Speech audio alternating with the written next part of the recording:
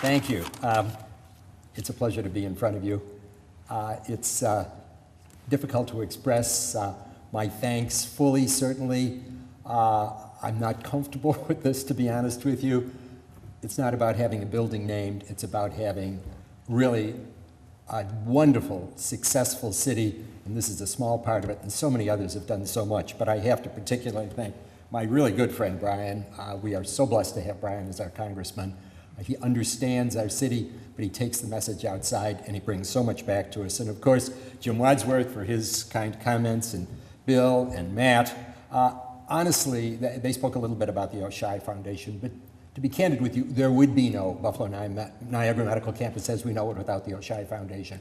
And it was the faith of Erky Kelburn, who's in the back of the room, and Tom Baker, who listened to Matt and I, believed in us, and wrote a lot of checks in the early years. A lot more checks than the institutions did, quite honestly, in the early years. They were there for us. They've continued to be there for us throughout. So a debt of gratitude to the Oshai Foundation. And of course, to my helpmate down there, Judy, without which I could do nothing. She keeps me honest and keeps me in my place and makes sure I do not get a swelled head about having a building name. She probably won't let me drive by it. Often.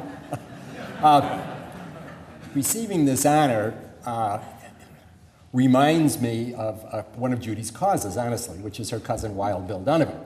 And what he did when he received a great honor, he received the Congressional Medal of Honor in 1922 in the 69th Street Army in New York, and he asked his troops to stand and returned it to them. He kept the ribbon, nevertheless, though.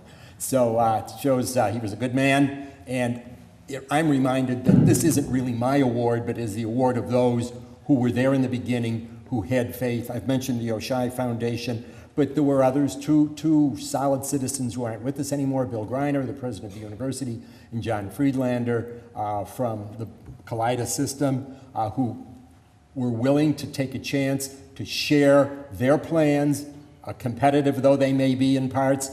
And of course, we were very blessed to have David Hone, reasonably new to the city, brought the wonderful experience of the Texas Medical Center, and then took us to the Texas Medical Center to see what a real medical campus looked like, and inspired us throughout, cooperated throughout, and having that type of support was incredible in the beginning. Those were the three major institutions, but it was the minor institutions too. Minor is the wrong word, the smaller institutions, and I've got to single out somebody whose spirit was always with us, whose ability to find a way when others couldn't see the light, and that's George DeTita from Hauptman-Woodward. He was the CEO there at the time, and he was just such a great aid to us because he would never give up that we could find a solution to any problem that we were facing.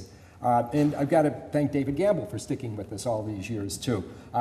He came from the outside, he would parachute in, he'd get us organized, he'd let us work for a while, and he'd come back and help us on the next round.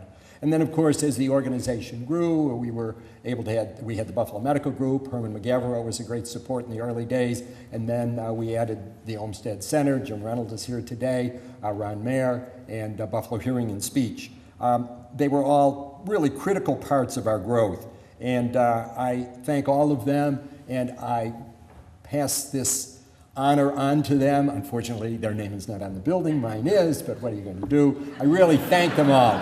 My name wouldn't be there but for them, and I make this a tribute to them, and thanks to all of you for being here today, too. And the next 10 years will be better.